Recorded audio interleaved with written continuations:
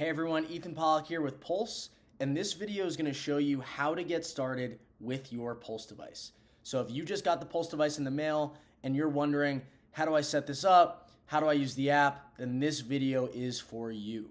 So first things first, you're going to want to slide this gray sleeve off of this box and open up your Pulse device. So first couple of things you're going to see, one is this QR code, and this is actually going to scan you all the way to download our smartphone app. So if you have an iPhone or an Android, scan here and you will be able to download our app, which controls the full functionality of the Pulse devices. The second thing you're going to see is this handy Pulse device manual, and this will help answer a lot of the questions surrounding our technology about how to use the device, how to use the app, etc. The next thing is you are going to see the actual devices. So the devices are in this carrying case, and you can take this carrying case really anywhere. It fits in most pockets, which is great for travel. So your devices will be in here. And then last but not least, you are actually going to take this little sleeve or carton, whatever you want to call it, out of the box, and you will see all the other accessories that come with the bundle: charging cord and brick, some adhesives, and then some alcohol pads to clean your skin. So after you've opened up your Pulse device bundle, the first thing you're going to want to do is scan that QR code. So again, scan this QR code. It's going to bring you right to an app download. And if you don't scan the QR code and you can't figure out how to scan it, you can also just go to your App Store or your Google Play Store and type in Pulse device. So as you can see, I've got the Pulse device app up here at the ready. So I'm just going to go ahead and click download, and it is downloading. And again, if you're on Android, you would do the same thing, but on the Google Play Store. So when you first open up the Pulse device app, the first thing you're going to see is this brief health and safety page. You're going to want to read through this, make sure that you're good to go, and then press agree. Now, this is really important. After you press agree, you're going to see this Bluetooth notification. You're going to want to press agree and make sure to press allow. If you do not have Bluetooth enabled on your phone, you will be unable to connect your devices to the app, and in turn, you won't be able to control them.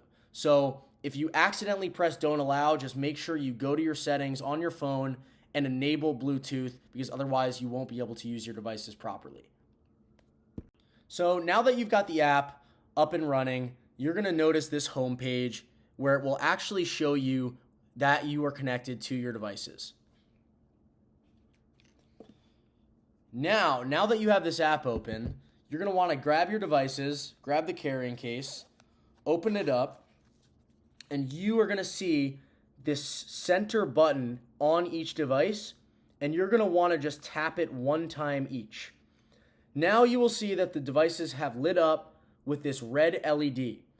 The red LED only indicates that the devices are on but not connected to the app. So if you see this red light, don't panic. That's exactly what it's supposed to look like.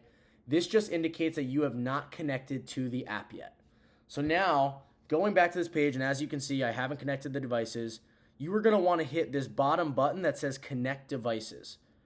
So it brings you to this little page. You're just going to want to press Continue. It's searching, and there we go. So now, as you can see, these two devices are getting connected to the app, and the LEDs have turned green, signaling that they are connected. And you can actually find the battery levels of each individual device directly on this homepage as well. So now that we are connected, what do? How do we actually control these devices? That's a great question. So what you're going to want to do is head on over to this bottom left icon that looks like a tiny little dumbbell and give it a click. This page is arguably the most important page on the app. This is where you will actually pick between a variety of different settings based on what you want to use the device for. So we call this our activity page. As you can see, there's 4 different categories for settings. We've got our warm-up settings, our performance settings, our recovery settings, and our rehab settings, followed by a bunch of useful links that we'll talk about a little bit later. So I'm going to go through briefly what each of these settings pages offers and what they're meant to be used for. So first and foremost, we've got our warm-up settings right up top. These warm-up settings are really designed to be used prior to movement, prior to activity, prior to training, in order to enhance blood circulation to targeted areas and improve performance after use. So let's say you know you're going for a long walk and you want to make sure that your muscles are ready to go, ready for this walk, ready for this training afterwards, and you just want to throw on the devices and stimulate that area and get it prepared. That is what these warm-up settings are for. And in each setting area, so again, there was warm-up, there was performance, there was recovery, there was rehab. In each of these areas, there are going to be brief descriptions that will actually tell you what each individual setting is meant to be used for. So for example, for our warm-up settings, we have a setting that's designed to be used while stretching, and then we have another setting that's meant to be used while resting. So you're going to want to read these little descriptions, see what fits your situation the best, and then go with that setting. And once you click on an actual setting, you're actually going to find another piece of useful information, which is just going to tell you where you should place the device, how long you should use it for, and when you should use it. After you read this brief description, you're going to notice that there's two things at the bottom here. One is the start button. So this will actually control the start and stop of the vibration of the devices. So I'll just go ahead and click right here. And now you can probably hear it, but the vibrations are going with these devices. And if I actually want to adjust the intensity of the vibrations, so the strength of the vibrations, I can actually control that using this slider right here. So lower, then you go higher, and then you can actually stop the vibrations from here as well. So in every single settings page, you are going to have this intensity adjuster as well as the start-stop button, and that is how you can control the vibrations on the devices. Now, you can also control the start and stop of the vibrations via this same button that you use to turn on the devices. So again, I haven't pressed the start button here, but if I press this middle button on the device itself, you'll notice that that stop button appears because these vibrations have started since I pressed that button. And I can also stop them by pressing that button as well. So very handy. And I'm going to actually click back twice so I can get back to this activity page. So now that we're back on the activity page, I'm going to show you our performance settings. So these performance settings are designed to be used in conjunction with weight training or exercise. So these settings really are meant to be used when you are trying to isolate one specific muscle on your body. So let's say you are doing bicep curls, you would click on the arms category right here, and it will actually show you a variety of different placements for different arm positions. Now, in here, you're going to see again, you've got the vibration intensity adjuster, you've got the start-stop button, and a variety of different placements. Now, if I go back to this performance main page, you're also going to notice that there's a little drop-down menu right here where it says standard. If you click on that, you're going to see a couple of other options aside from standard, such as advanced and guided reps. The advanced section is the same as standard, except for it uses slightly higher frequencies that are better for more experienced weightlifters or fitness enthusiasts. So let's say you've been training or exercising for years on end and you want a little bit more of that kick, you would want to use the advanced settings. Now, the guided rep settings are extremely interesting, and this was actually requested by quite a few personal trainers and physical therapists, but these settings are actually designed to create a pace and a tempo throughout your rep. Right here, you can see that there's 3 different options, type 1, type 2, type 3. It's really just slow, medium, and fast-paced based on whatever type of repetition you're performing. Maybe you want to do really, really slow bicep curls, so in that case, you would choose type 1. And maybe you want to do some really fast squats, and in which case you might choose type 2. You'll want to play around with it, but essentially what happens is this creates a unique sequence of vibrations that apply to your muscle during your rep to give you that optimal tempo so that you can have a really optimal contraction. Now, I'm going to go all the way back to the activity page, And next up is our recovery section. So I'm going to go ahead and click here. These recovery settings are really designed to provide you with relief anywhere on your body. So let's say you're dealing with really tight hips. You might want to place our device directly on your hips or near the affected area in order to gently alleviate that stiffness, that tightness, and maybe that pain. So again, a few different settings, I should say. And we have a setting specifically for pain, we have a setting specifically for blood circulation, and we have a setting specifically for stiffness. These settings are really, really good. They essentially act as an extremely gentle version of a percussion massage, and they can provide extreme relief to the point where you will notice drastic improvements in your quality of life. I know I use these settings all the time because I always wake up with back pain if I sleep in an incorrect position. So I found these settings super helpful, and I know it helps a lot of people with mobility when they're dealing with really bad tightness and other stuff like that. So definitely give these a try if you're dealing with any sort of pain, tightness, or stiffness. Now, going back, last but not least, we have our rehab section. So if you click on rehab, you are going to notice a wide range of settings here. We've got our motor function settings, our strength training settings, our strength recovery settings, and our sensory feedback settings. These settings are designed for people that have either suffered from an injury or are dealing with some sort of neurological or musculoskeletal issue and need help activating or relieving an inhibited muscle group. So, for example, we'll go over to motor function. So in each rehab setting, you're going to see a lot of detailed information about placement, frequency, and use times.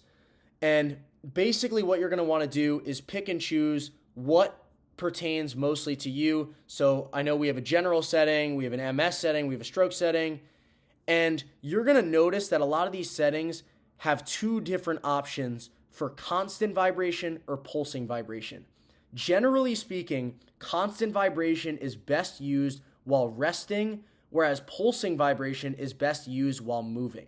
The reason being is that a constant stream of stimulation may be able to promote better circulation while resting, whereas a pulsing stimulation helps to repetitively draw your focus to the targeted area and improve proprioception, which could in turn lead to better mobility, but it might not give you as much blood circulation as a constant stream of stimulation. So generally speaking, you should use constant while you're resting, and you should use pulsing while you're moving around. We have some customers that love one setting much more than the other, and they just go with that, whether they're moving or resting. So see what works best for you, but that's generally the best practice.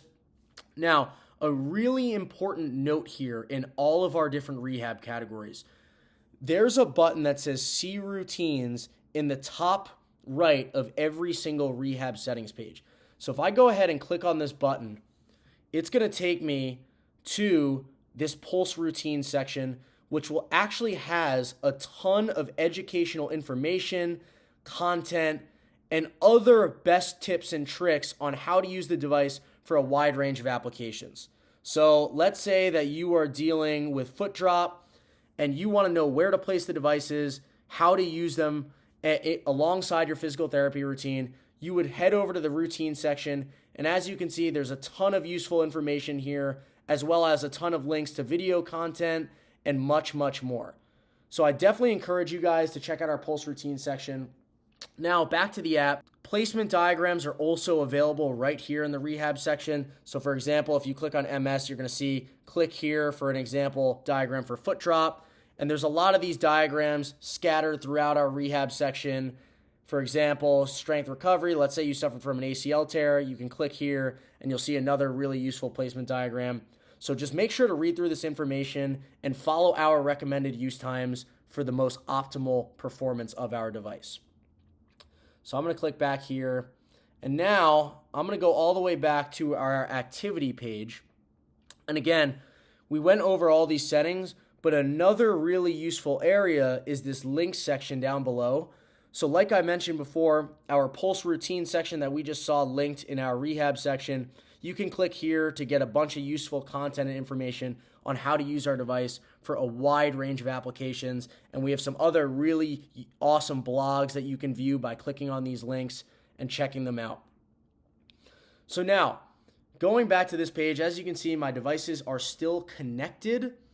Let's show you how to actually apply the adhesive to the back of these devices so you can actually stick it on the target area. So as you can see, the device is connected to the app as indicated by that green LED.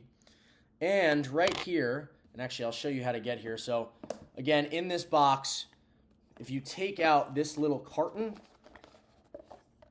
you will actually see that the adhesives are packaged up right here. And every time you open one of these packages, there'll be 5 adhesives in there for you to use. So I already took an adhesive out and I've got it right here. And the first thing you're going to notice is that there are these paper tabs on each side of the adhesive. What you're going to want to do is take off these tabs on one side of the adhesive and leave the other side with the tabs. So again, I took off the tabs on this one side, if you can see, and I still have them on this side. Now, take this device and turn it around to the back side and simply apply the adhesive to the back of the device.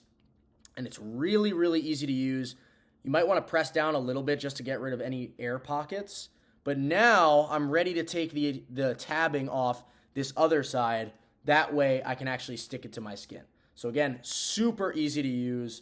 And these adhesives are medical grade silicone. They're so gentle, they're so comfortable. You can really stick this almost anywhere on your body completely seamlessly.